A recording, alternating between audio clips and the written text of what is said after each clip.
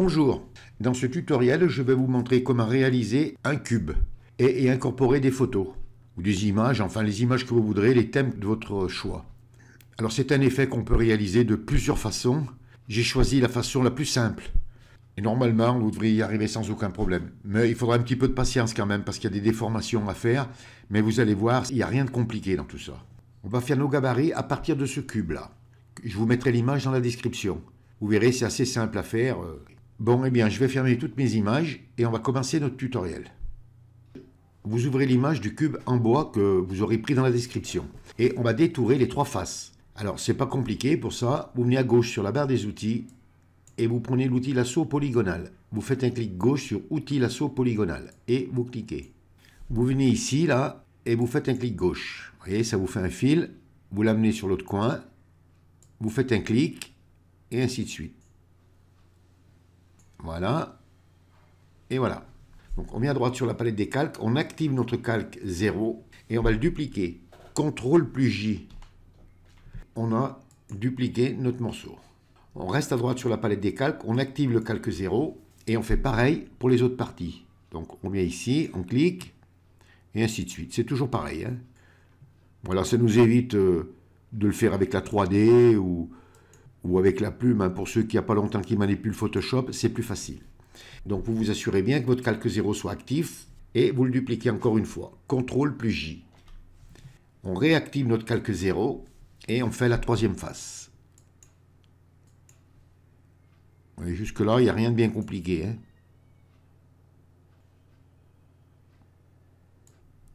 Et vous le dupliquez, CTRL plus J. Le calque 0, vous fermez l'œil, hein. On n'en a plus besoin, vous pouvez le supprimer si vous voulez. Et on va travailler sur les trois parties là. Alors maintenant, on met à droite sur la palette des calques et on va activer le calque d'en haut de la pile. Et là maintenant, on va importer une image.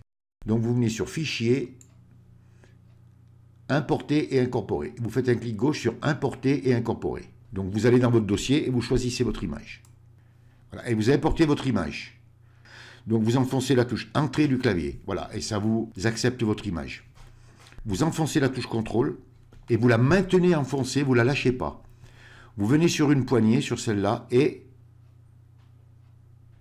vous déformez votre image. Vous venez sur cette poignée et vous faites la même chose. Vous venez sur cette poignée et même chose. Vous voyez, il n'y a pas besoin de faire de mock-up, de gabarit, ça va aussi bien comme ça. Vous venez à droite sur la palette des calques.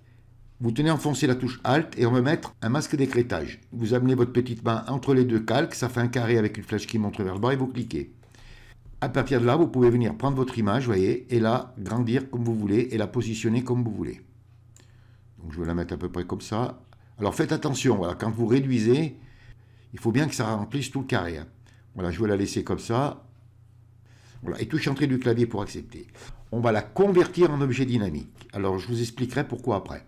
Donc vous venez à droite sur la palette des calques, vous faites un clic droit et vous venez ici sur Convertir en objet dynamique. Vous faites un clic gauche sur Convertir en objet dynamique. On vient sur le calque 2 là et on clique pour l'activer et on recommence.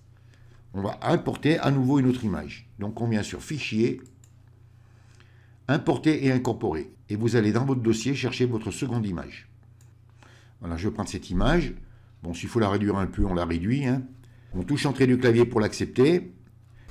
Vous enfoncez la touche CTRL et vous recommencez comme tout à l'heure. Vous venez sur chaque point. Vous la mettez à peu près, hein, puisqu'on va mettre un masque d'écrêtage après. Puis voilà, le tout c'est d'y donner la forme. Voilà. Ensuite, on vient à droite sur la palette des calques. On s'assure bien que notre calque de notre image soit actif. On enfonce la touche Alt. Vous la maintenez enfoncée. Vous venez entre les deux calques. Ça fait un petit carré avec une flèche qui monte vers le bas et vous cliquez. À partir de là, vous pouvez prendre votre image et l'agrandir comme vous voulez. Et la positionner à votre choix. Voilà, je vais la laisser comme ça. Et touche Entrée du clavier pour accepter. On vient à droite sur la palette des calques. On n'oublie pas de l'activer, l'image, et de la convertir en objet dynamique. Donc vous faites un clic droit et vous revenez ici sur Convertir en objet dynamique. Vous faites un clic gauche sur Convertir en objet dynamique. Vous venez sur le calque 3, vous cliquez dessus pour l'activer et on recommence. Fichier, Importer et incorporer. Donc vous n'êtes pas obligé de la réduire, votre image, Et vous n'êtes pas obligé d'enfoncer la touche Entrée du clavier pour accepter. Vous pouvez directement enfoncer la touche Contrôle, vous prenez votre image et vous la positionnez. Et touche Entrée du clavier pour accepter. On vient à droite sur la palette des calques, on enfonce la touche Alt, on vient entre les deux calques, comme tout à l'heure, hein, c'est la répétition. Vous cliquez et vous avez mis un masque d'écrêtage. Et là, vous pouvez agrandir votre image et la repositionner. Et voilà, on a fait notre cube. Donc maintenant, si vous voulez changer par exemple une image, comme on a mis en objet dynamique, c'est ce qui va nous rendre service. Donc vous venez à droite sur la palette des calques, vous activez le calque de l'image que vous voulez changer. Par exemple, je veux changer celle-ci. Donc je clique dessus, ça me la sélectionne et ça m'active mon calque. Vous faites un clic droit et vous venez ici sur remplacer le contenu. Vous faites un clic gauche sur remplacer le contenu. Ça va vous ouvrir un dossier et vous irez chercher vos images là où vous les avez mises. Vous voyez, donc mon image est importée, elle prend automatiquement la forme. Donc quand elles sont grandes comme ça, il ne faut pas hésiter à réduire pour pouvoir avoir la sélection et réduire l'image. Et vous la positionnez. Vous regrandissez, vous prenez votre image et vous la faites bouger comme vous voulez. Voilà. Faites attention de bien remplir la forme. Et touche Entrée du clavier pour accepter. Maintenant, je vais vous montrer comment l'enregistrer en PNG. Mais tout d'abord, vous venez à droite sur la palette des calques et vous activez le calque d'en haut de la pile. Et on va appliquer une image. Donc pour ça, vous enfoncez la touche Maj, CTRL, ALT et E. Et vous fermez tous les yeux là. Ce qui fait que maintenant, vous voyez, j'ai mon cube qui est fait. Je prends mon calque, par exemple, et je peux le déplacer, vous voyez, sur l'image que je vous ai montrée au début, là. Et je lâche. Et voilà, j'ai mon cube qui est là. Je le prends, je le mets en haut de la pile des calques, là, pour qu'il soit devant.